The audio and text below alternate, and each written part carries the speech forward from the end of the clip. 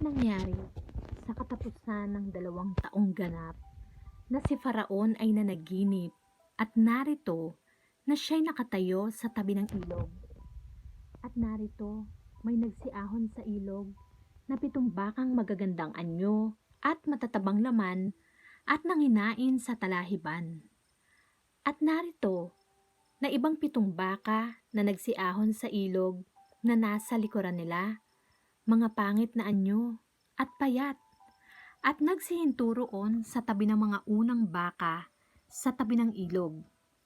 At ang 7 bakang magagandang anyo at matataba ay nilamon ng mga bakang pangit ang anyo at payat. Sa gayoy nagising si Faraon.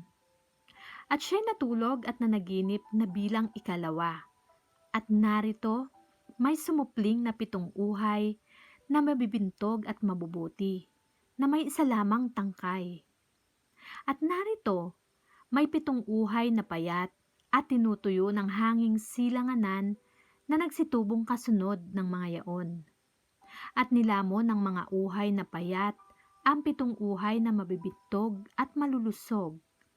At nagising si Faraon. At narito, isang panaginip. At nangyari sa kinaumagahan na ang kanyang diwa ay naglumihanan at siya'y nagsugo at kanyang ipinatawag ang lahat ng mago sa Ehipto at ang lahat ng pantas doon at isinaysay ni Faraon sa kanila ang kanyang panaginip. Datapwat walang makapagpaliwanag kay Faraon. Nang magkagayoy, nagsalita ang puno ng mga katiwala kay Faraon na sinasabi, "Naaalala ko sa araw na ito ang aking mga sala." Ngunit si Faraon laban sa kanyang mga alila at ibinilanggo ako sa bahay ng kapitan ng bantay, ako at ang puno ng mga magtitinapay. At nanaginip kami ng mga panaginip sa isang gabi, ako at siya. Kami ay kapwa na naginip ayon sa kapaliwanagan ng panaginip ng isa't isa sa amin. At nandoong kasama namin ang isang binata, isang Ebreo na alipin ng kapitan ng bantay. At siya naming pinagsaysayan. At kanyang ipinaliwanag sa amin ang aming panaginip. Ipinaliwanag niya ayon sa panaginip ng bawat isa sa amin. At nangyari na kung paano ang kanyang pagkapaliwanag sa amin ay nagkagayon. Ako'y pinabalik sa aking katungkulan at ipinabiti ng isa. Nang magkagayoy nagsugo si Faraon at ipinatawag si Jose at siya'y inilabas na madalian sa bilangguan. Siya'y nag-ahit at nagbihis ng suot at naparaon kay Faraon. At sinabi ni Faraon kay Jose, "Ako'y nanaginip ng isang panaginip at walang makapagpaliwanag. At nabalitaan kita na pagkarinig mo ng isang panaginip ay naipaliwanag mo." At sumagot si Jose kay Faraon na sinasabi, "Wala sa akin. Diyos ang magbibigay ng sagot sa kapayapaan kay Faraon." At sinalita ni Faraon kay Jose, "Sa aking panaginip ay narito, nakatayo ako sa tabi ng ilog, at narito, may nagsiahon sa ilog na 7 bakang matatabang laman at magagandang anyo at nanginain sa talahiban. At narito, may ibang 7 baka na nagsiahon sa likuran nila, mga payat at napakapangit ang anyo. At payat na kailan may hindi ako nakakita sa buong lupain ng Ehipto ng ibang kawangis ng mga yaon sa kapangitan. At kinain ng mga bakang payat at pangit ang 7 nauunang bakang matataba. At nang kanilang makain, ay hindi man lamang maalaman na sila'y kanilang nakain, kundi ang kanilang anyo ay pangit ding gaya ng una. Sa gayoy nagising ako. At nakakita ako sa aking panaginip. At narito, 7 uhay ay tumataas sa isang tangkay, mapipintog at mabubuti. At narito, may 7 uhay na lanta, mga pipi at tinutuyo ng hanging silanganan na nagsitaas na kasunod ng mga yaon. At nilamon ng mga uhay na lanta ang 7 uhay na mabubuti. At aking isinaysay sa mga mago, tatapat walang makapagpahayag nun sa akin. At sinabi ni Jose kay Faraon, ang panaginip ni Faraon ay iisa. Ang gagawin ng Diyos ay ipinahayag kay Faraon. Ang 7 bakang mabubuti ay 7 taon, at ang 7 uhay na mabubuti ay 7 taon. Ang panaginip ay iisa. At ang 7 bakang payat at mga pangit na nagsiahong kasunod ng mga yaon ay 7 taon, at gayon din ang 7 uhay na tuyo na pinapaspas ng hanging silanganan, kapwa magiging 7 taong kagutom. Iyan ang bagay na sinalita ko kay Faraon. Ang gagawin ng Diyos, ipinaalam kay Faraon. Narito, dumarating ang 7 taong may malaking kasaganaan sa buong lupain ng Ehipto. At may dadating, pagkatapos ng mga yan, na 7 taong kagutom, at malilimutan iyang buong kasaganaan sa lupain ng Ehipto, at pupuksain ng kagutom ang lupain. At ang kasaganaan ay hindi malalaman sa lupain dahil sa kagutom na sumusunod, sapagkat magiging napakahigpit.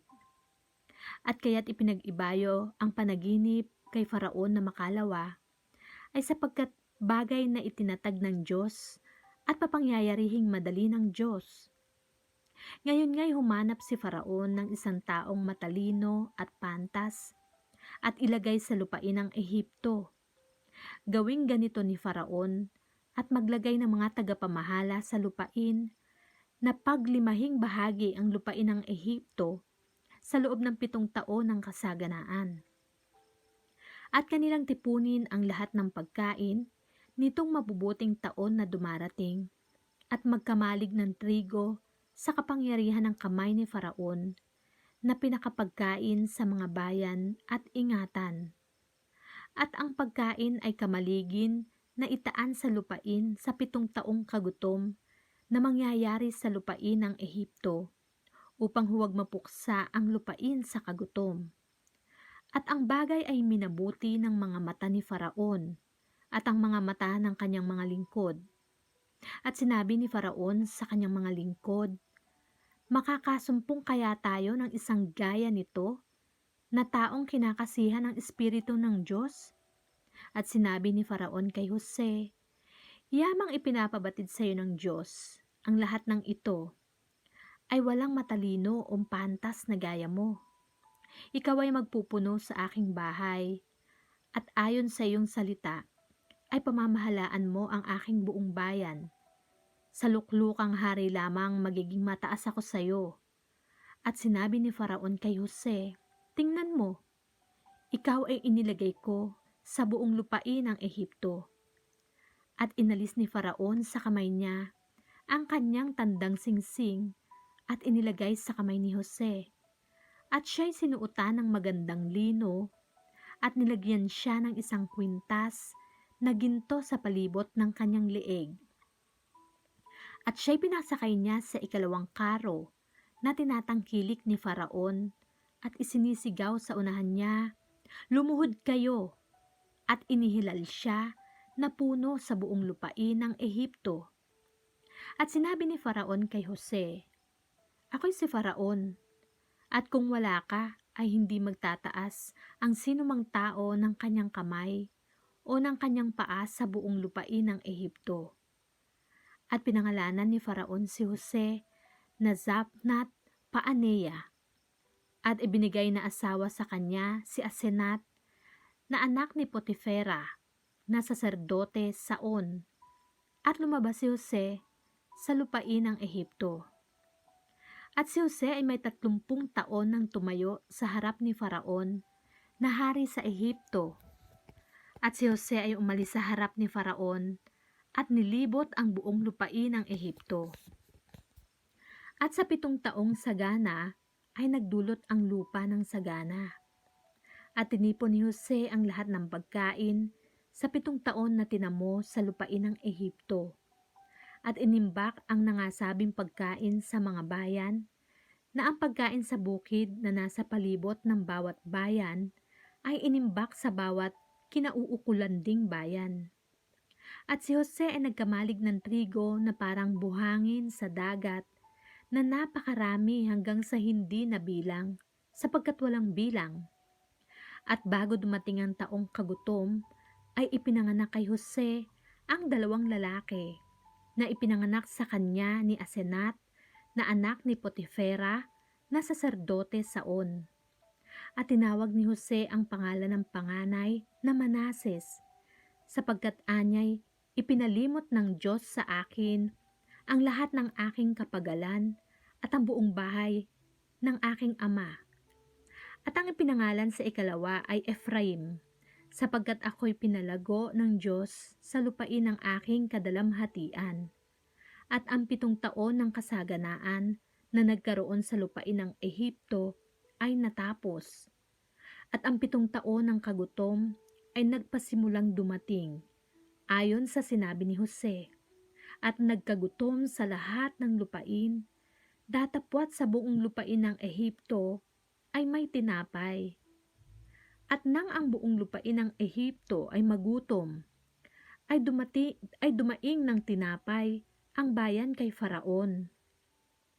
At sinabi ni Faraon sa lahat ng mga Ehipsyo, pumaroon kayo kay Jose. Ang kanyang sabihin sa inyo ay inyong gawin. At ang kagutom ay nasa ibabaw ng buong lupa. At binuksan ni Jose ang lahat ng kamalig at nagbili sa mga Ehipsyo at lumala ang kagutom sa lupain ng Ehipto. At lahat ng mga taga-ibang lupain ay nagsiparoon kay Jose upang magsibili ng trigo sapagkat lumala ang kagutom sa buong lupa. Chapter 42. Nabalitaan nga ni Jacob na may trigo sa Ehipto.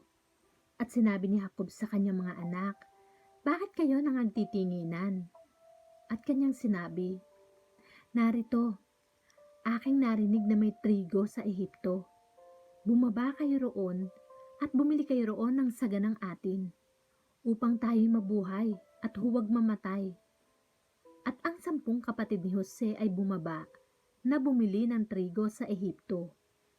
Datapwat si Benjamin na kapatid ni Jose ay hindi sinugo ni Jacob na kasama ng kanyang mga kapatid, sapagkat anyay, baka sakaling may mangyari sa kanyang anumang kapahamakan. At ang mga anak ni Israel ay nagsiparoong bumili na kasalamuhan ng nagsisiparoon, sapagkat nagkakagutom sa lupain ng Kanaan.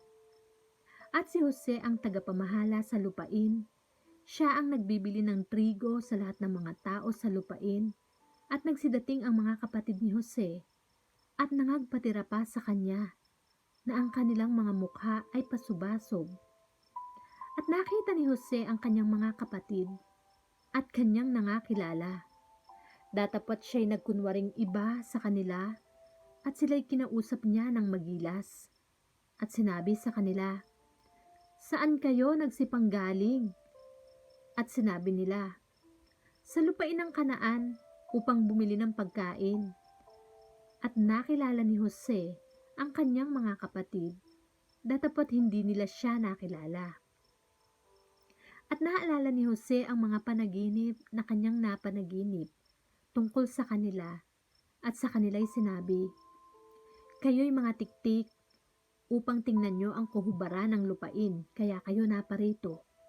At kanilang sinabi sa kanya, hindi, Panginoon ko, kundi ang iyong mga lingkod ay nagsiparito upang bumili ng pagkain. Kaming lahat ay anak ng isa lamang lalaki. Kami ay mga taong tapat. Ang iyong mga lingkod ay hindi mga tiktik. At kanyang sinabi sa kanila, hindi. Kung di upang tingnan ang kahubaran ng lupain, kaya kayo naparito. At kanilang sinabi, kaming iyong mga lingkod ay 12 magkakapatid, na mga anak ng isa lamang lalaki sa lupain ng Kanaan. At narito, ang bunso ay nasa aming ama ngayon, at ang isa'y wala na. At sinabi sa kanila ni Jose, Iyan ang sinasalita ko sa inyo na aking sinasabi, kayo'y mga tiktik. Dito ko kayo susubukin, alang-alang sa buhay ni Faraon, ay hindi kayo aalis dito. Malibang pumarito ang inyong kapatid na bunso. Suguin nyo ang isa sa inyo na dalhin dito ang inyong kapatid at kayo'y mga bibilanggo upang masubok ang inyong mga salita kung may katotohanan sa inyo o kung hindi alang-alang sa buhay ni Faraon ay tunay na mga tiktik kayo. At kanyang inilagay silang lahat na magkakasama sa bilangguan na 3 araw. At sinabi ni Jose sa kanila sa 2 araw, gawin nyo ito at mga buhay kayo, sapagkat natatakot ako sa Diyos. Kung kayo'y mga taong tapat, ay matira ang isa sa inyong magkakapatid na bilanggo sa bahay na pinagbilangguan sa inyo. Datapat kayo yumaon, magdala kayo ng trigo dahil sa kagutom sa inyong mga bahay. At dalhin niyo sa akin ang inyong kapatid na bunso. Sa ganito'y matototohanan ang inyong mga salita at hindi kayo mga mamatay. At kanilang ginawang gayon. At sila'y nagsabi-sabihan, katotohanan tayo'y salarin tungkol sa ating kapatid, sapagkat nakita natin ang kahapisan ng kanyang kaluluwa. Nang namamanhik sa atin, at hindi natin siya dininig, kaya't dumarating sa atin ang kahapisang ito. At si Ruben ay sumagot sa kanila na nagsasabi, di ba nagsalita ako sa inyo na aking sinasabi, huwag kayong magkasala laban sa bata, at ayaw kayong makinig. Kaya naman, narito, ang kanyang dugo ay nagsasakdal. At hindi nila nalalaman na sila'y pinakikinggan ni Jose, sapagkat may tagapagpaliwanag sa kanila.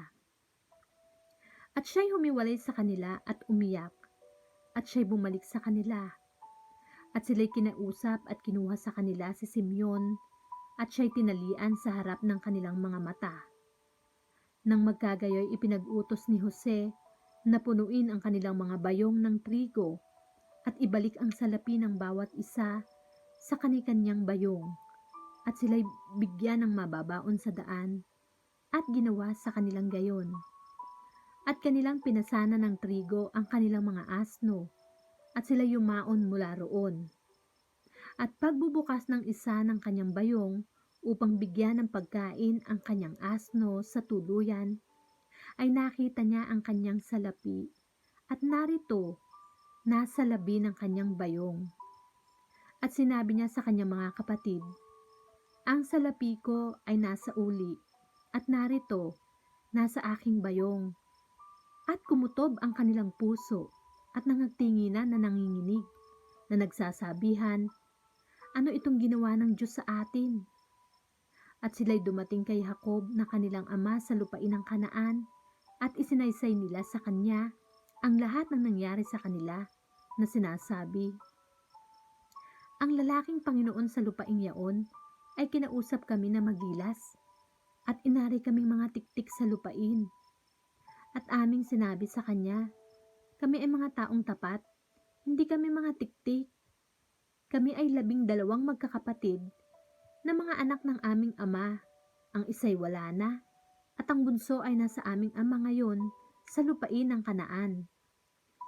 At sinabi sa amin ng lalaking yaon ng Panginoon sa lupain, dito ko makikilala na kayo'y mga taong tapat. Mag-iwan kayo sa akin ng isa sa inyong magkakapatid, at magsipagdala kayo ng trigo dahil sa kagutom sa inyong mga bahay, at kayo yumaon. At dalhin nyo rito sa akin ang inyong kapatid na bunso, kung gayo'y makikilala ko na kayo'y hindi mga tiktik, kundi kayo mga taong tapat. Sa ganito'y isasauli ko sa inyo ang inyong kapatid, at kayo'y mga ngalakal sa lupain. At nangyari na pag-aalis ng laman ng kanilang mga bayong, na narito, sa bayong ng bawat isa ay nakalagay ang balot ng kani-kanyang salapi. At nang makita nila at ng kanilang ama ang kanilang mga balot ng salapi, ay nangatakot. At sinabi sa kanila ng kanilang amang si Jacob, inalis na ninyo sa akin ang aking mga anak, Si Jose ay wala at si Simeon ay wala at aalisin pa niyo si Benjamin. Lahat ng bagay na ito ay laban sa akin. At nagsalita si Ruben sa kanyang ama na sinasabi, ipapatay mo ang aking 2 anak kung siya'y hindi ko dalhin sa iyo. Ibigay mo sa aking kamay at siya'y aking ibabalik sa iyo. At kanyang sinabi, hindi yayaon ang aking anak na kasama niyo, sapagkat ang kanyang kapatid ay patay na at siya lamang ang natitira. Kung mangyari sa kanya ang anumang kapahamakan sa daan na inyong paroroonan, ay pabababain nga ninyo ang aking mga uban sa Sheol na may kapanglawan. Chapter 43. At ang kagutom ay mahigpit sa lupain. At nangyari, nang makain na nila ang trigong kanilang dinala mula sa Ehipto, na sinabi sa kanila ng kanilang ama, kayo'y pumaroong muli, ibili niyo tayo ng kaunting pagkain.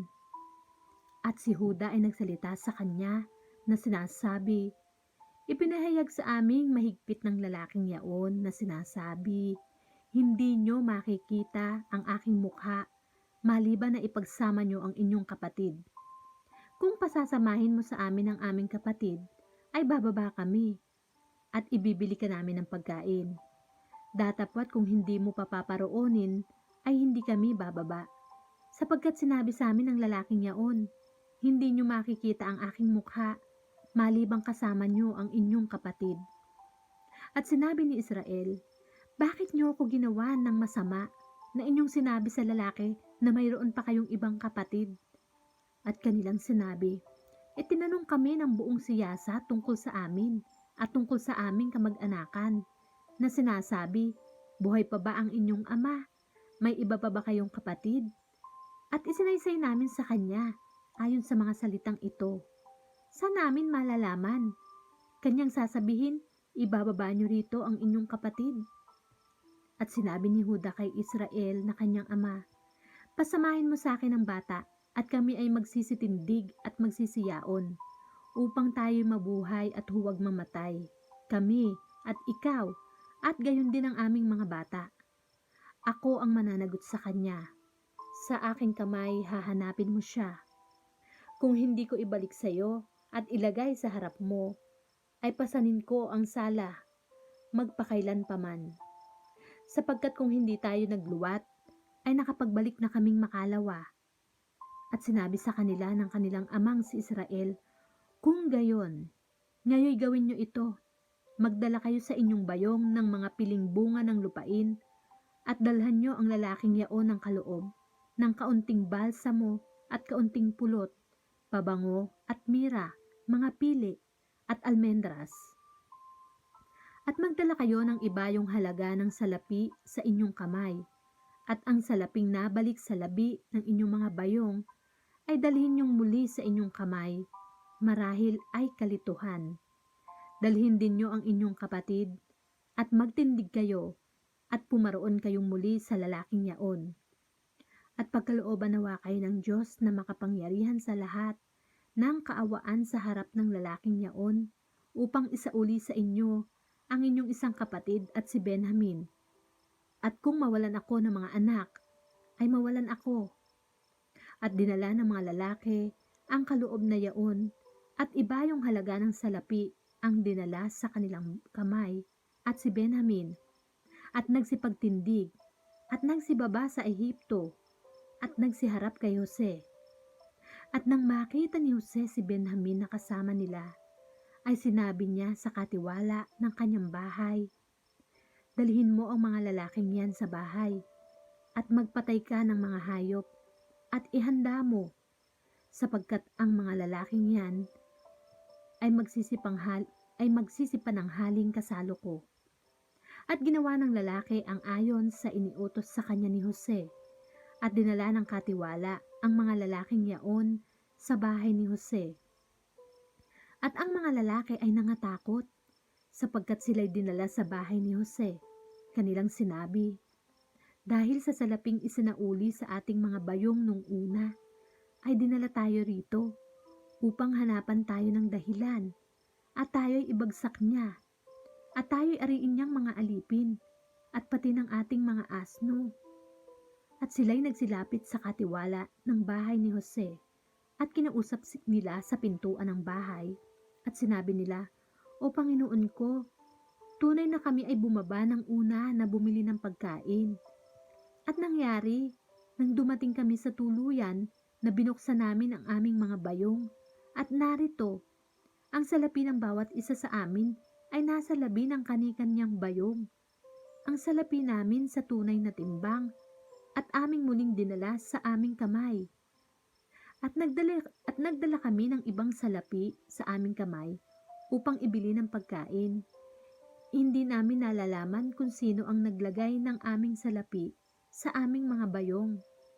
At kanyang sinabi, "Mapayapa kayo, huwag kayong matakot.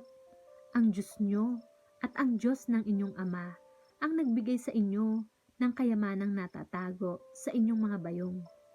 Tinanggap ko ang inyong salapi at inilabas si Simeon sa kanila."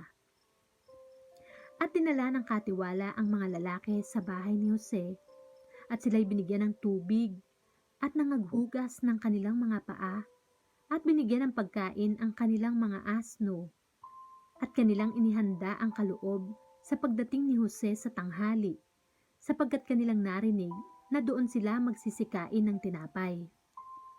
At nang dumating si Jose sa bahay, ay dinala nila sa kanya sa loob ng bahay ang kaloob na nasa kanilang kamay at sila'y nagpatira pa sa harap niya. At sila'y kanyang tinanong tungkol sa kanilang kalagayan at sinabi, "Wala bang sakit ang inyong ama? Ang matanda na inyong sinalita, buhay pa ba?" At kanilang sinabi, "Walang sakit ang inyong lingkod na aming ama, buhay pa." At sila'y nagsiyukod at nagsigalang. At itiningin niya ang kanyang mga mata at nakita si Benjamin na kapatid niya, na anak ng kanyang ina, at sinabi, "Ito ba ang inyong kapatid na bunso na inyong sinalita sa akin?" At kanyang sinabi, "Pagpalain ka nawa ng Diyos, anak ko." At nagmadali si Jose, sapagkat nagniningas ang kanyang loob dahil sa kanyang kapatid, at humanap ng dakong maiiyakan, at pumasok sa kanyang silid at umiyak doon. At siya'y naghilamos at lumabas at nagpigil ng loob at nagsabi, "Maghain kayo ng tinapay." At kanilang hinain siyang bukod at silang bukod, at ang mga Ehipsyo na kumakain kasama niya ay bukod, sapagkat ang mga taga-Ehipsyo ay hindi makakakain kasalo ng mga Hebreo, sapagkat kasuklam-suklam ito sa mga Ehipsyo. At sila'y nagsiupo sa harap niya, ang panganay ayon sa kanyang pagkapanganay, at ang bunso ayon sa kanyang pagkabunso, at ang mga lalaki ay nangamamangha na nagtitinginan. At sila'y idinampot ni Jose sa harap niya ng mga ulam, datapwat ang ulam ni Benjamin ay humihigit kaysa sa mga bahagi ng alinman sa kanila ng makalima, at nangag-inuman at nangakipagkatuwa sa kanya. Chapter 44. At kanyang iniutos sa katiwala ng kanyang bahay na sinasabi, "Punuin mo ng mga pagkain ang mga bayong ng mga lalaking ito, kung gaano ang kanilang madadala, at ilagay mo ang salapi ng bawat isa sa labi ng kani-kanyang bayong. At ilagay mo ang aking saro, ang sarong pilak, sa labi ng bayong ng bunso, at ang salapi ng kanyang trigo." At ginawa niya ang ayon sa salita na sinalita ni Jose.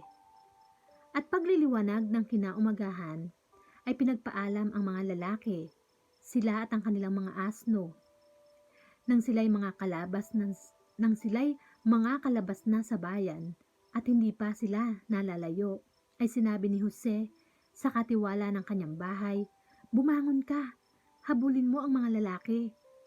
At pagka sila'y iyong inabutan, ay sabihin mo sa kanila, bakit iginanti nyo ay kasamaan sa kabutihan? Hindi ba ang sarong ito ang iniinuman ng aking Panginoon at tunay na kanyang pinanghuhula? kayo gumawa ng masama sa paggawa ng ganyan. At kanyang inabutan sila, at kanyang sinalita sa kanila ang mga ito. At kanilang sinabi sa kanya, bakit sinalita ng aking Panginoon ang mga salitang ito? Huwag itulot ng Diyos na gumawa ang inyong mga lingkod ng ganyang bagay. Narito, ang salapi na aming nasumpungan sa labi ng aming mga bayong ay aming isinauli sa iyo mula sa lupain ng Kanaan. Paano nga kami ay magnanakaw sa bahay ng iyong Panginoon ng pilak o ginto? Yaong kasumpungan sa iyong mga lingkod ay mamatay, at pati kami ay magiging alipin ng aming Panginoon. At kanyang sinabi, mangyari nga ang ayon sa inyong mga salita, yaong kasumpungan ay magiging aking alipin, at kayo'y mawawala ng sala. Nang magkagayoy, nagmadali sila, at ibinaba ng bawat isa ang kanyang bayong sa lupa, at binuksan ng bawat isa ang kanyang bayong. At kanyang sinaliksik, na pinasimulan sa panganay, at niwakasan sa bunso, at nasumpungan ang saro sa bayong ni Benjamin. Nang magkagayoy, kanilang hinapak ang kanilang mga suot, at pinasana ng bawat isa ang kanyang asno, at nagsibalik sa bayan. At si Huda at ang kanyang mga kapatid ay dumating sa bahay ni Jose, at siya'y nandoon pa, at sila'y nangagpatira pa sa lupa sa harap niya. At sinabi sa kanila ni Jose, anong gawa itong inyong ginawa? Hindi ba niyo nalalaman na ang isang tao na gaya ko ay tunay na makahuhula? At sinabi ni Huda, anong aming sasabihin sa aming Panginoon? Anong aming sasalitain? O paanong kami ay magpapatotoo? Inilitaw ng Diyos ang kasamaan ng iyong mga lingkod. Narito, kami ay alipin ng aming Panginoon. Kami, 10 yaong kinasumpungan ng saro. At kanyang sinabi, huwag nawang itulot ng Diyos na ako'y gumawa ng ganyan. Ang taong kinasumpungan ng saro ay siyang magiging aking alipin. Datapwat tungkol sa inyo ay pumaroon kayong payapa sa inyong ama. Nang magkagayoy, lumapit si Judas sa kanya at nagsabi, o Panginoon ko, pinamamanhi ko sa iyo na papagsalitain ang iyong lingkod ng isang salita sa mga pakinig ng aking Panginoon, at huwag nawang mag-alab ang iyong loob laban sa iyong lingkod, sapagkat ikaw ay parang si Faraon. Tinanong ng aking Panginoon ang kanyang mga lingkod na sinasabi, kayo ba'y mayroong ama o kapatid? At aming sinabi sa aming Panginoon, kami ay may ama, isang matanda, at isang anak sa kanyang katandaan, isang munting bata at ang kanyang kapatid ay namatay, at siya lamang ang naiwan ng kanyang ina, at minamahal siya ng kanyang ama. At sinabi mo sa iyong mga lingkod, dalhin niyo rito sa akin, upang mamasdan ko siya ng aking mga mata. At aming sinabi sa aking Panginoon, hindi maiiwan ng bata ang kanyang ama, sapagkat kung iiwan niya ang kanyang ama, ay mamamatay ang ama niya. At iyong sinabi sa iyong mga lingkod, hindi na niyo makikita ang aking mukha, malibang inyong ipagsamang bumaba ang inyong kapatid na bunso. At nangyari, nang panhikin namin ang inyong lingkod na aking ama, ay aming isinaysay sa kanya ang mga salita ng aking Panginoon. At sinabi ng aming ama, pumaroon kayo uli, ibili niyo tayo ng kaunting pagkain. At aming sinabi, hindi kami makabababa. Kung ang aming bunsong kapatid ay kasama namin, ay bababa nga kami, sapagkat hindi namin makikita ang mukha ng lalaking yun, malibang ang aming bunsong kapatid ay kasama namin. At sinabi ng inyong lingkod na aming ama sa amin, inyong talastas na ang aking asawa ay nagkaanak sa akin ng 2 lalaki, at ang isa'y umalis sa akin, at aking sinabi tunay na siya'y nalapa, at hindi ko siya nakita mula noon. At kung inyong kunin pa ang isang ito sa akin, at may mangyaring sakuna sa kanya, ay inyong ibinababa ang aking uban sa siyol na may kapanglawan. Ngayon nga'y kung ako'y dumating sa inyong lingkod na aking ama at ang bata ay hindi namin kasama, sapagkat ang kanyang buhay ay natatali sa buhay ng batang yan. At mangyayari nga na pagka kanyang nakitang ang bata ay hindi namin kasama, na mamamatay siya at ibababa sa siyol na may kapanglawan ng iyong mga lingkod ang mga uban ng iyong lingkod na aming ama. Sapagkat ang iyong lingkod ang siyang nananagot sa bata sa aking ama na nagsasabi, kung hindi ko siya dalhin sa iyo, ay papasanin ko nga ang kasalanan sa aking ama magpakailanman. Ngayon nga, ay ipahintulot mo na ang iyong lingkod, aking isinasamo sa iyo, ay maiwan na kahalili ng bata na pinakaalipin ng aking Panginoon, at iyong ipahintulot na ang bata ay umahong kasama ng kanyang mga kapatid, sapagkat papaanong paroroon ako sa aking ama, at ang bata'y hindi ko kasama. Baka aking makita pa ang sakunang sasapit sa aking ama. Chapter 45. Nang magkagayon, ay hindi nakapagpigil si Jose sa harap nilang lahat na nakatayo sa siping niya at sumigaw, "Paalisin niyo ang lahat ng tao sa aking harap." At walang taong tumayo na kasama niya, samantalang si Jose ay napakilala sa kanyang mga kapatid. At siya'y umiyak ng malakas, at narinig ng mga Ehipsyo, at narinig ng sambahayan ni Faraon.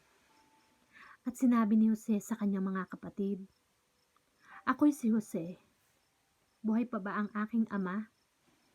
At ang kanyang mga kapatid ay hindi mga kakasagot sa kanya, sapagkat sila'y nagugulumihanan sa kanyang harap.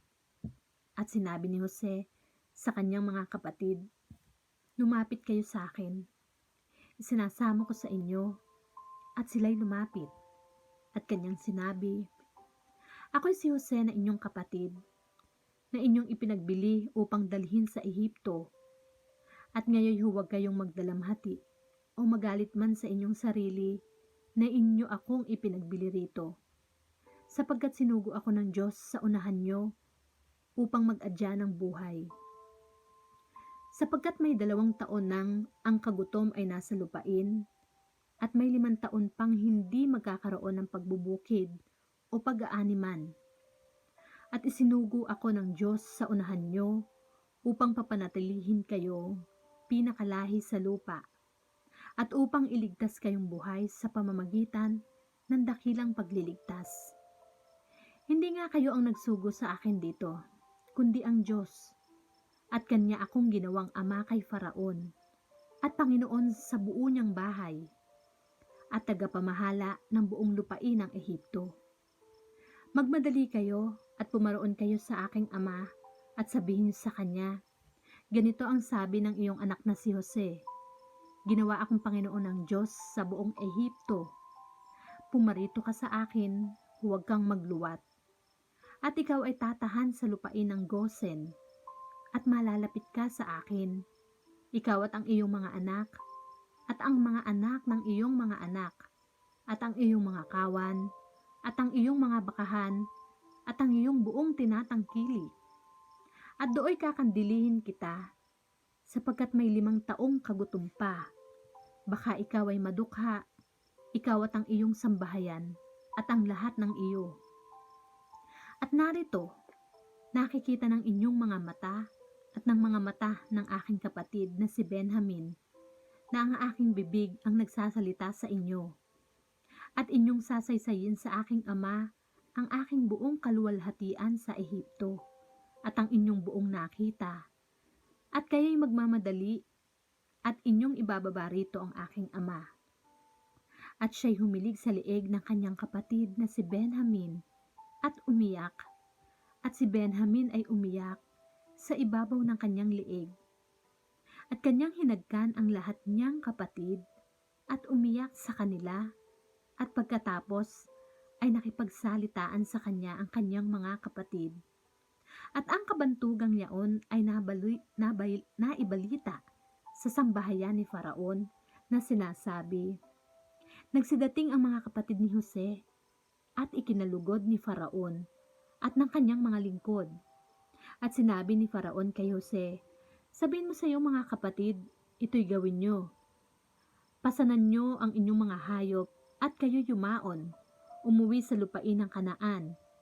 At dalhin nyo ang inyong ama at ang inyong mga sambahayan at pumarito kayo sa akin. At aking ibibigay sa inyo ang pinakamabuti sa lupain ng Ehipto at kakanin nyo ang katabaan ng lupain. Ngayon inuutusan ka, ito'y gawin nyo.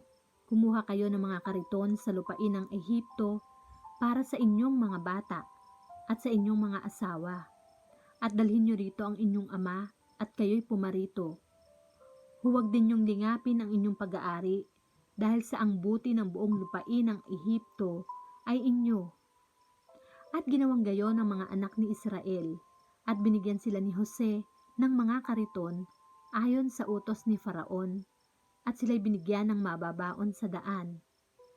At sa kanilang lahat ay nagbigay siya ng mga pangpalit na bihisan.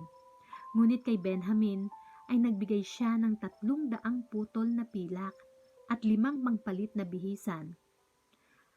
At sa kanyang ama ay nagpadala siya ng ganitong paraan: 10 asnong may pasang mabuting mga bagay sa Ehipto at 10 asno na may pasang trigo at tinapay at pagkain ng kanyang ama sa daan.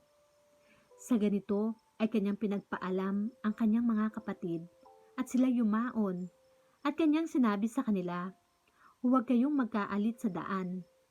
At sila'y sumumpa mula sa Ehipto at naparoon sa lupain ng Kanaan kay Jacob na kanilang ama. At kanilang isinaysay sa kanya na sinasabi, si Jose ay buhay pa at siya'y puno sa buong lupain ng Ehipto. At ang kanyang puso ay nangalupaypay sapagkat di niya pinaniwalaan sila. At kanilang isinaysay sa kanya ang lahat ng salita ni Jose na kanyang sinabi sa kanila. Nang kanyang makita ang mga karitong ipinadala ni Jose upang dalhin sa kanya, ay nagsauli ang diwa ni Jacob na kanilang ama. At sinabi ni Israel, "Siya na. Si Jose na aking anak ay buhay pa. Ako'y paroroon at titingnan ko siya bago ako mamatay." Chapter 46.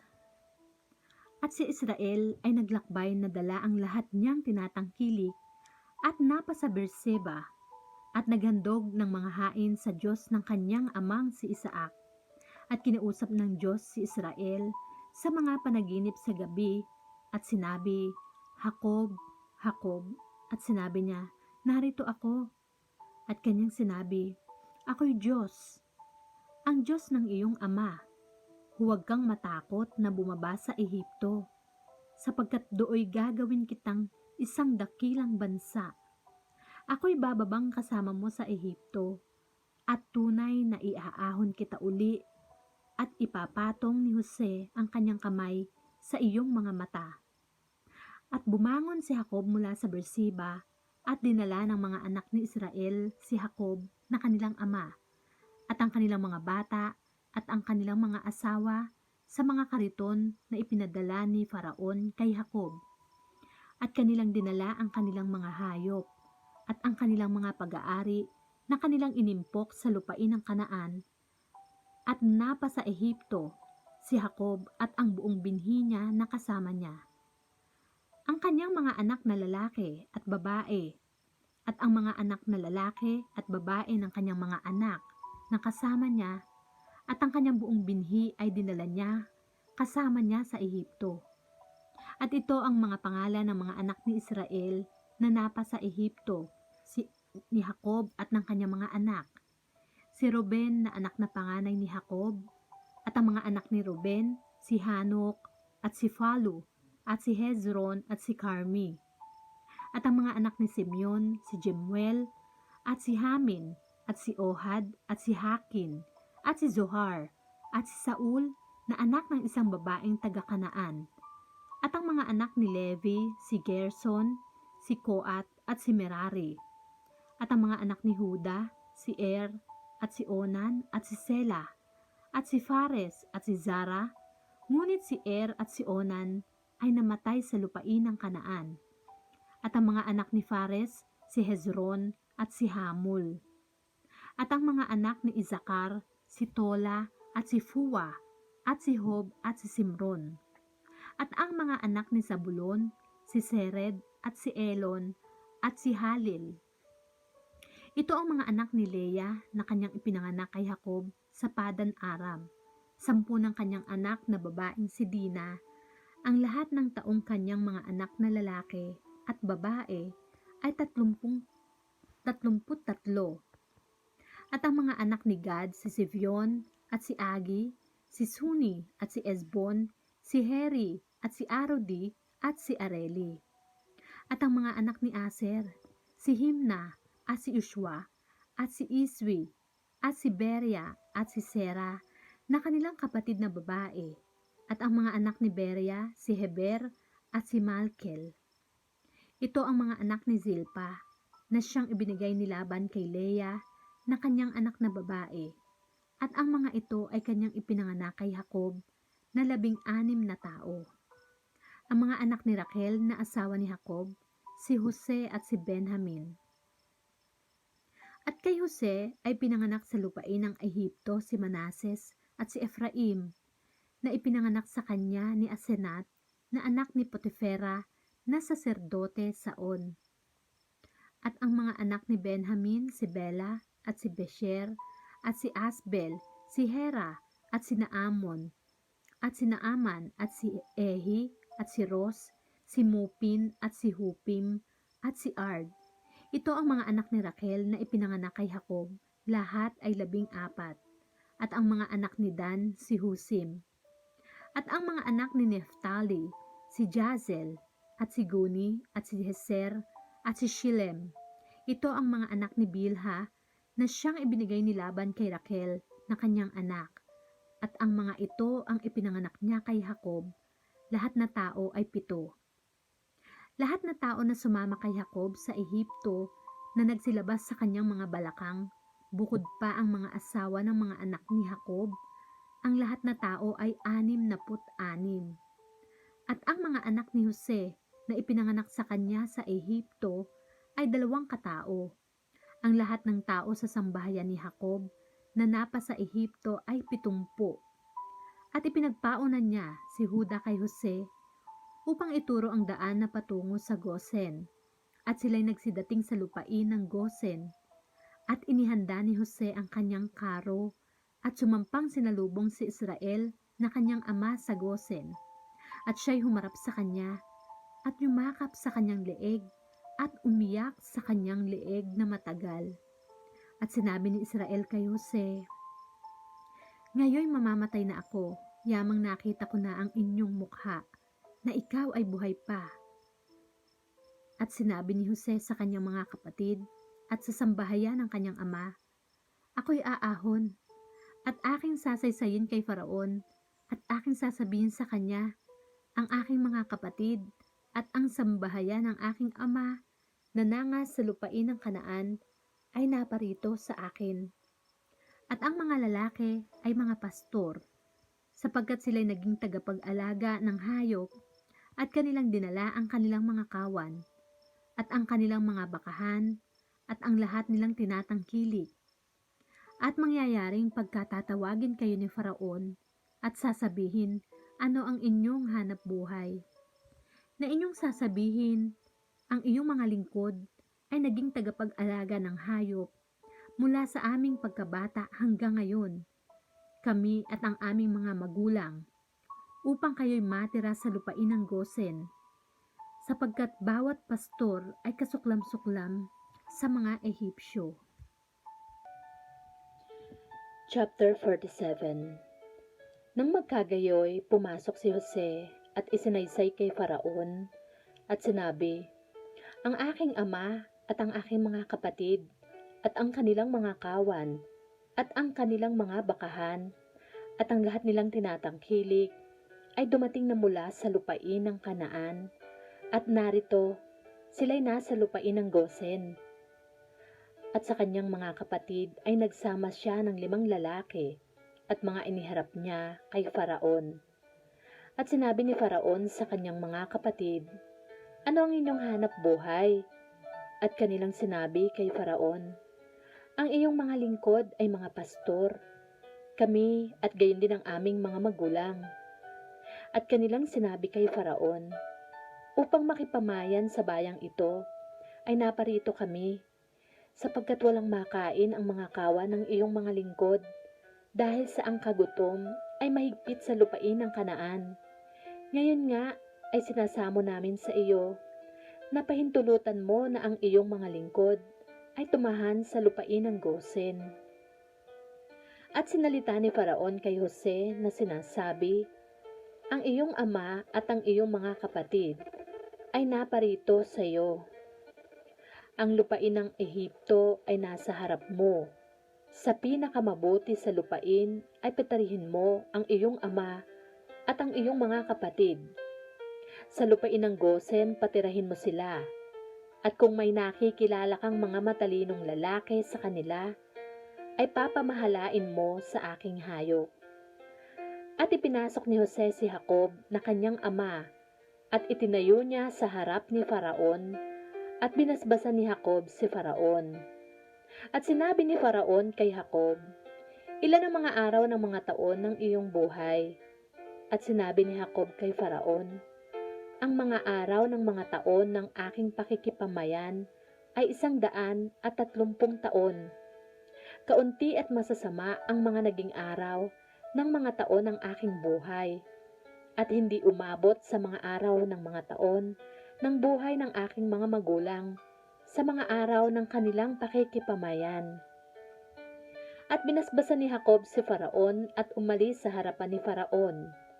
At itinatag ni Jose ang kanyang ama at ang kanyang mga kapatid, at sila'y binigyan ng pag-aari sa lupain ng Ehipto, sa pinakamabuti sa lupain ng Rameses, gaya ng iniutos ni Faraon. At pinakain ni Jose ng tinapay ang kanyang ama at ang kanyang mga kapatid at ang buong sangbahayan ng kanyang ama ayon sa kani-kanyang sangbahayan. At walang tinapay sa buong lupain, sapagkat ang kagutom ay totoong malala, na anupat ang lupain ng Ehipto at ang lupain ng Kanaan ay nanglulupaypay dahil sa kagutom. At tinipon ni Jose ang lahat ng salapi na nasumpungan sa lupain ng Ehipto at sa lupain ng Kanaan dahil sa trigong kanilang binibili, at ipinasok ni Jose ang salapi sa bahay ni Faraon. At nang ang salapi ay maubos na lahat sa lupain ng Ehipto at sa lupain ng Kanaan, ay naparoon kay Jose ang lahat ng mga Ehipsyo at nagsabi, "Bigyan mo kami ng tinapay, sapagkat bakit kami mamamatay sa iyong harap dahil sa ang aming salapi ay naubos?" At sinabi ni Jose, "Ibigay niyo ang inyong mga hayop at bibigyan ko kayo dahil sa inyong mga hayop kung naubos na ang salapi." At kanilang dinala ang kanilang mga hayop kay Jose, at binigyan sila ni Jose ng tinapay na pinakapalit sa mga kabayo at sa mga kawan at sa mga bakahan at sa mga asno. At kanyang pinakain sila ng tinapay na pinakapalit sa kanilang lahat na hayop sa taong yaon. At nang matapos ang taong yaon, ay naparoon sila sa kanya ng 2 taon, at kanilang sinabi sa kanya, "Hindi namin ililihim sa aming Panginoon na kung paanong ang aming salapi ay naubos, at ang mga kawan ng hayop ay sa aking Panginoon. Wala nang naiwan sa paningin ng aking Panginoon, kundi ang aming katawan at ang aming mga lupa. Bakit nga kami mamamatay sa harap ng iyong mga mata, kami at ang aming lupa? Bilhin mo ng tinapay kami at ang aming lupa, at kami at ang aming lupa ay paaalipin kay Faraon, at bigyan mo kami ng binhi upang kami ay mabuhay at huwag mamatay, at ang lupa ay huwag masira." Sa ganito'y binili ni Jose ang buong lupain ng Ehipto para kay Faraon, sapagkat ipinagbili ng bawat isa sa mga Ehipsyo ang kanyang bukid, dahil sa ang kagutom ay totoong mahigpit sa kanila at ang lupain ay naging kay Faraon. At tungkol sa mga tao ay kanilang ibinago sila sa mga bayan mula sa isang dulo ng hangganan ng Ehipto hanggang sa kabilang dulo. At ang lupa lamang ng mga saserdote ang hindi niya nabili. Sapagkat ang mga saserdote may bahagi kay Faraon at kanilang kinakain ang kanilang bahagi na ibinibigay sa kanila ni Faraon, kaya hindi nila ipinagbili ang kanilang lupa. Nang magkagayoy, sinabi ni Jose sa bayan, "Narito, aking binili kayo ng araw na ito, at ang inyong lupa ay para kay Faraon. Narito, ito ang ipangbibinhi nyo, at inyong hahasikan ang lupa. At mangyayari, sa pag-ani ay inyong ibibigay ang 5 bahagi kay Faraon, at ang 4 na bahagi ay sa inyo, sa binhi sa bukid at sa inyong pagkain at sa inyong mga kasangbahay, at pinakapagkain sa inyong mga bata." At kanilang sinabi, "Iyong iniligtas ang aming buhay. Makasumpong nawa kami ng biyaya sa paningin ng aking Panginoon, at kami ay maging mga alipin ni Faraon." At ginawang kautusan ni Jose sa lupain ng Ehipto sa araw na ito, na mapapasa kay Faraon ang 5 bahagi, liban lamang ang lupa ng mga saserdote na hindi naging kay Faraon.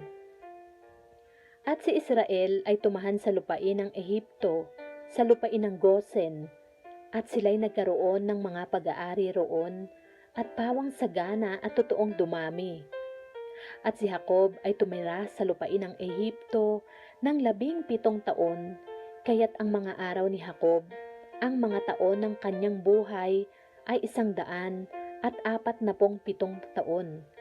At ang panahon ay lumalapit na dapat nang mamatay si Israel, at kanyang tinawag ang kanyang anak na si Jose, at sinabi niya sa kanya, "Kung ngayoy makasumpong ako ng biyaya sa iyong paningin, ay ilagay mo. Isinasamo ko sa iyo ang iyong kamay sa ilalim ng aking hita, at pagpakitaan mo ako ng kaawaan at katotohanan. Isinasamo ko sa iyong huwag mo akong ilibing sa Ehipto, kundi pagtulog kong kasama ng aking mga magulang, ay dadalhin mo ako mula sa Ehipto, at ililibing mo ako sa kanilang libingan."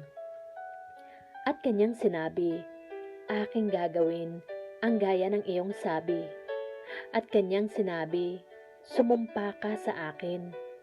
At sumumpa siya sa kanya, at yumukod si Israel sa ulunan ng higaan. Chapter 48.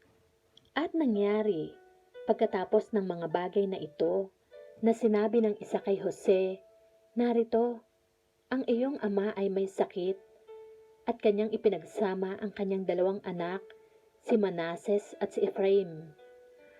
At may nagsaysay kay Jacob at nagsabi, "Narito, pinaparituhan ka ng anak mong si Jose." At si Israel ay nagpakalakas at umupo sa higaan. At sinabi ni Jacob kay Jose, "Ang Diyos na makapangyarihan sa lahat ay napakita sa akin sa Luz, sa lupain ng Kanaan, at binasbasan ako. At sinabi sa akin, narito, palalaguin kita at pararamihin kita, at gagawin kitang isang kapisanan ng mga bayan, at aking ibibigay ang lupaing ito sa iyong lahi pagkamatay mo, na pinakaari magpakailanman, at ang iyong ang 2 anak na ipinanganak sa iyo sa lupain ng Ehipto, bago ako naparito sa iyo sa Ehipto, ay akin.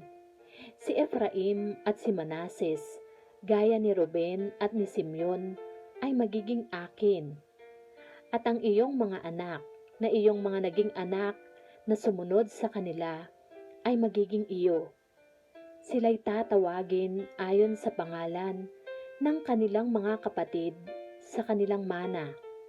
At tungkol sa akin, nang ako'y dumating mula sa Padan, si Raquel ay namatay sa akin sa lupain ng Kanaan sa daan, nang kulang pa ng kaunti upang dumating sa Efrata, at aking inilibing siya roon sa daan ng Efrata na siya ring Bethlehem. At nakita ni Israel ang mga anak ni Jose at sinabi, "Sino-sino ito?" At sinabi ni Jose sa kanyang ama, "Sila'y aking mga anak, na silang mga ibinigay ng Diyos sa akin dito." At kanyang sinabi, "Sinasamo ko sa iyo na iyong dalhin sila rito sa akin at sila'y aking babasbasan." Ang mga mata nga ni Israel ay malabo na dahil sa katandaan, na ano pat hindi na siya makakita. At kanyang inilapit sila sa kanya, at sila'y kanyang hinagkan at niyakap. At sinabi ni Israel kay Jose, "Hindi ko akalaing makita ang iyong mukha. At narito, ipinakita sa akin ng Diyos, pati ng iyong binhi." At sila'y pinagkuha ni Jose sa pagitan ng kanyang mga tuhod, at siya'y nagpatira pa sa lupa. At kapwa dinala ni Jose si Efraim sa kanyang kanang kamay, sa dakong kaliwang kamay si Israel, at si Manases sa kanyang kaliwang kamay, sa dakong kanang kamay ni Israel, at inilapit siya sa kanya. At iniunat ni Israel ang kanyang kanang kamay, at ipinatong sa ulo ni Efraim, na siyang bunso, at ang kanyang kaliwang kamay ay sa ulo ni Manases, na pinapatnubayang sadya ang kanyang mga kamay, sapagkat si Manases ang panganay. At kanyang binasbasan si Jose at sinabi, "Ang Diyos na sa harap niya ay lumakad. Ang aking mga magulang na si Abraham at si Isaac, ang Diyos na nagpakain sa akin sa buong buhay ko hanggang sa araw na ito. Ang anghel na tumubos sa akin sa buong kasamaan, ay siya nawang magpala sa mga batang ito, at tawagin nawa sila sa aking pangalan, at sa pangalan ng aking mga magulang na si Abraham at si Isaac, at magsidami nawa silang totoo sa ibabaw ng lupa." At nang makita ni Jose na ipinatong ng kanyang ama ang kanyang kanang kamay sa ulo ni Efraim, ay minasama niya, at itinaas niya ang kamay ng kanyang ama upang ilipat sa ulo ni Manases mula sa ulo ni Efraim. At sinabi ni Jose sa kanyang ama, "Hindi ganyan, ama ko, sapagkat ito ang panganay. Ipatong mo ang iyong kanang kamay sa kanyang ulo." At tumanggi ang kanyang ama at sinabi, "Talastas ko, anak ko, talastas ko. Siya man ay magiging isang bayan, at siya man ay magiging dakila. Gayunmay ang kanyang kapatid na bata ay magiging lalong dakila kaysa kanya, at ang kanyang binhi ay magiging isang makapal na bansa." At kanyang binasbasan sila ng araw na yon na sinasabi sa iyo, magbabasbas ang Israel na magsasabi, "Gawin ka nawa ng Diyos na gaya ni Efraim at gaya ni Manases." At kanyang ipinagpaon na si Efraim bago si Manases. At sinabi ni Israel kay Jose, "Narito, ako'y namamatay, ngunit ang Diyos ay sa inyo, at dadalhin kayo uli sa lupain ng inyong mga magulang. Bukod dito'y binigyan kita ng isang bahaging higit kaysa iyong mga kapatid, na aking kinuha ng aking tabak at ng aking busog sa kamay ng Amoreo." Chapter 49. At tinawag ni Jacob ang kanyang mga anak at sinabi, "Magpipisan kayo upang maisaysay ko sa inyo ang mangyayari sa inyo sa mga huling araw. Magpipisan kayo at kayo'y makinig, kayong mga anak ni Jacob, at inyong pakinggan si Israel na inyong ama.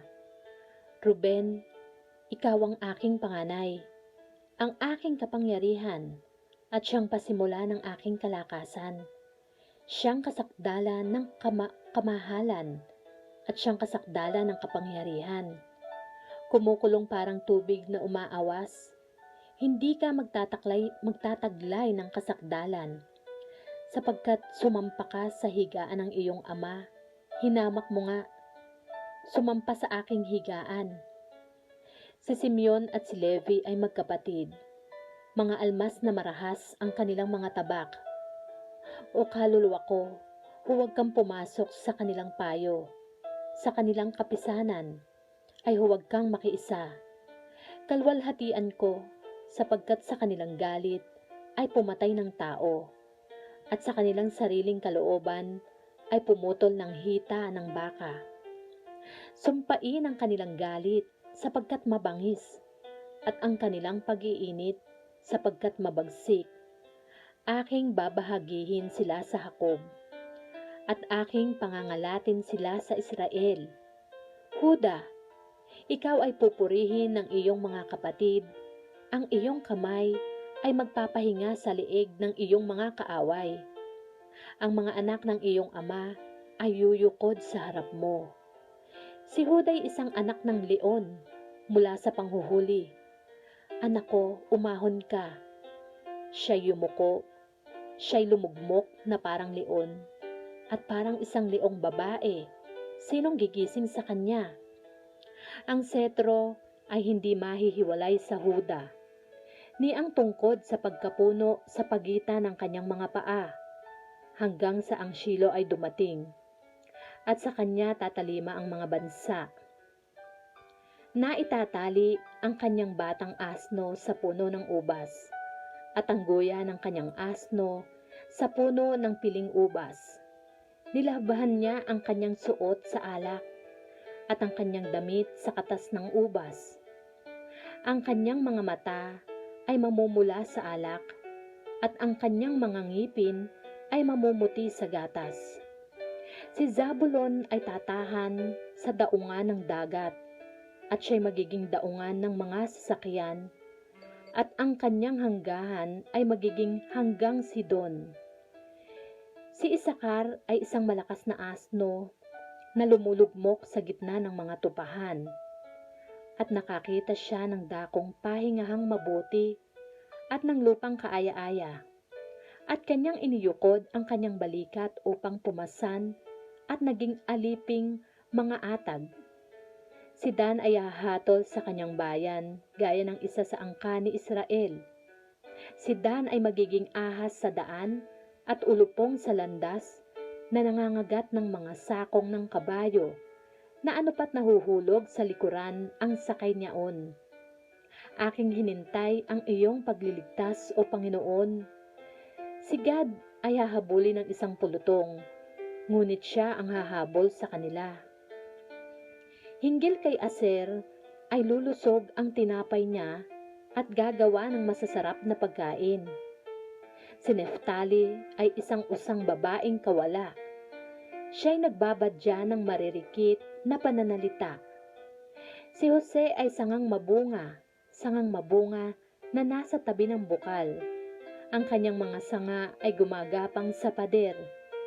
Pinamanglaw siya ng mga mamamana, at pinana siya at inusig siya. Ngunit ang kanyang busog ay nanahan sa kalakasan, at pinalakas ang mga bisig ng kanyang mga kamay. Sa pamamagitan ng mga kamay ng makapangyarihan ni Jacob, na siyang pinagmula ng pastor, ang bato ng Israel. Sa pamamagitan nga ng Diyos ng iyong ama, na siyang tutulong sa iyo, at sa pamamagitan ng makapangyarihan sa lahat, na siyang magpapala sa iyo, ng pagpapala ng langit sa itaas, pagpapala ng mga kalaliman na nalalagay sa ibaba, pagpapala ng mga dibdib at ng bahay bata. Ang mga basbas ng iyong ama na humigit sa basbas ng aking kanunuan, hanggang sa wakas ng mga borol na walang hanggan, mga papa sa ulo ni Jose, at sa tuktok ng ulo niya na bukod tangi sa kanyang mga kapatid. Si Benjamin ay isang lobo na mga agaw. Sa kinaumagahay kanyang kakanin ng huli, at sa kinahaponan ay kanyang babahagihin ang samsam. Ang lahat ng ito ang 12 angka ng Israel, at ito ang sinalita ng ama nila sa kanila, at sila'y binasbasan, bawat isa'y binasbasan ng ayon sa basbas sa kanikanya. At kanyang ipinagbilin sa kanila at sinabi sa kanila, ako'y malalakip sa aking bayan. Ilibing niyo ako sa kasamahan ng aking mga magulang sa yungib na nasa parang ni Efron na Heteo, sa yungib na nasa parang ng Makpela, na nasa tapat ng Mamre, sa lupain ng Kanaan na binili ni Abraham, na kalakip ng parang kay Efron na Heteo, na pinakaaring libingan, na doon nila inilibing si Abraham at si Sara na kanyang asawa, na doon nila inilibing si Isaac at si Rebeka na kanyang asawa, at doon ko inilibing si Leah. Sa parang at sa yungib na nandoon, na binili sa mga anak ni Het. At nang matapos si Jacob na makapagbilin sa kanyang mga anak, ay kanyang itinaas at itinikom ang kanyang mga paa sa higaan, at nalagot ang hininga at nalakip sa kanyang bayan. Chapter 50. At yumakap si Jose sa mukha ng kanyang ama, at umiyak sa ibabaw niya, at hinalikan niya siya. At iniutos ni Jose sa kanyang mga lingkod na manggagamot, na imbalsamahin ang kanyang ama, at inimbalsama ng mga manggagamot si Israel. At 40 araw ang ginanap sa kanya, sapagkat gayon ginaganap ang mga araw ng pag-iimbalsama, at tinangisan siya ng mga Ehipsyo ng 70 araw. At nang makaraan ang mga araw ng pag-iyak sa kanya, ay nagsalita si Jose sa sangbahayan ni Faraon na sinasabi, kung ngayon nakasumpong ako ng biyaya sa inyong mga mata, ay salitain niyo. Isinasamo ko sa inyo sa mga pakinig ni Faraon na inyong sabihin, pinasumpa ako ng ama ko na sinasabi, narito ako'y namamatay. Sa libingan na aking hinukay sa akin sa lupain ng Kanaan, ay doon mo ako ililibing. Ngayon nga'y pahintulutan niyo akong umahon. Isinasamo ko sa inyo, at aking ilibing ang aking ama, at babalik uli ako. At sinabi ni Faraon, umahon ka, at ilibing mo ang iyong ama, ayon sa kanyang ipinasumpa sa iyo. At umahon si Jose upang ilibing ang kanyang ama, at kasama niyang umahon ang lahat ng lingkod ni Faraon, ang mga matanda sa kanyang sangbahayan, at ang lahat na matanda sa lupain ng Ehipto. At ang buong sangbahayan ni Jose, at ang kanyang mga kapatid, at ang sambahayan ng kanyang ama, ang kanila lamang mga bata, at ang kanilang mga kawan, at ang kanilang bakahan, ang iniwan nila sa lupain ng Gosen. At umahong kasama niya ang mga karo, at mga mangangabayo, at yaoy naging totoong malaking pulutong. At sila'y dumating sa giikan ni Atad, na nasa dako paroon ng Hordan, at dooy na naghoy sila ng malakas, at kapait-pait na panaghoy, at kanyang pinanangisan ang kanyang ama na 7 araw. At nang makita ng mga nananahan sa lupaang yaon ng mga Kananeyo ang panaghoy sa giikan ni Atad, ay kanilang sinabi, ito'y isang kahambal-hambal na panaghoy ng mga Ehipsyo, kaya't ang pangalang itinawag ay Abel Mizraim, na sa dako paroon ng Hordan. At ginawa sa kanya ng kanyang mga anak ang ayon sa iniutos sa kanila, sapagkat dinala siya ng kanyang mga anak sa lupain ng Kanaan, at inilibing siya sa yungib ng Makpela, na binili ni Abraham 10 ng parang na pinakaaring libingan kay Efron na Heteo sa tapat ng Mamre. At bumalik si Jose sa Ehipto, siya at ang kanyang mga kapatid, at ang lahat na umahong kasama niya sa paglilibing sa kanyang ama, pagkatapos na mailibing ang kanyang ama.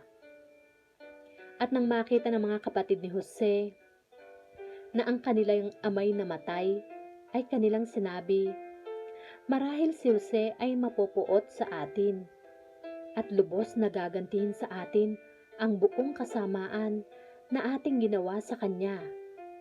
At pinasabi nila kay Jose, iniutos ng iyong ama bago namatay na sinasabi, ganito sasabihin niyo kay Jose, ipatawad mo, isinasamo ko sa iyo ngayon ang pagsalangsang ng iyong mga kapatid at ang kanilang kasalanan.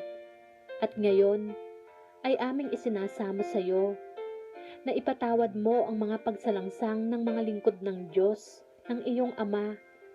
At si Jose ay umiyak ng kanilang salitain sa kanya.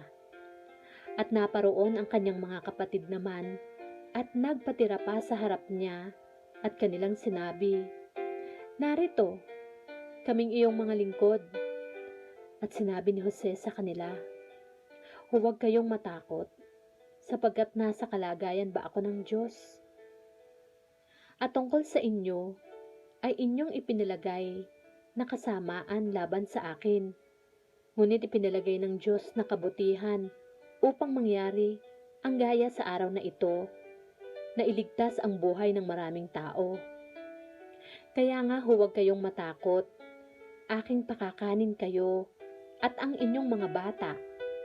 At kanyang inaliw sila at kanyang pinagsalitaan sila na may kagandahang loob.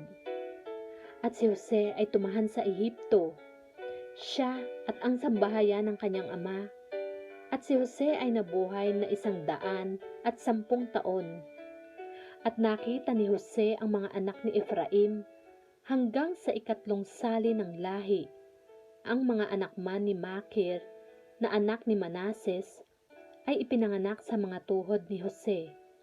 At sinabi ni Jose sa kanyang mga kapatid, ako'y namamatay, ngunit tunay na dadalawin kayo ng Diyos at dadalhin kayo mula sa lupaing ito hanggang sa lupain na kanyang isinumpa kay Abraham, kay Isaac at kay Jacob.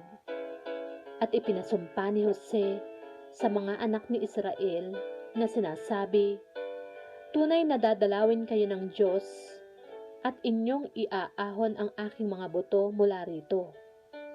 Sa gayoy namatay si Jose na may 110 taon at kanilang inimbalsama siya at siya'y inilagay sa isang kabaong sa Ehipto.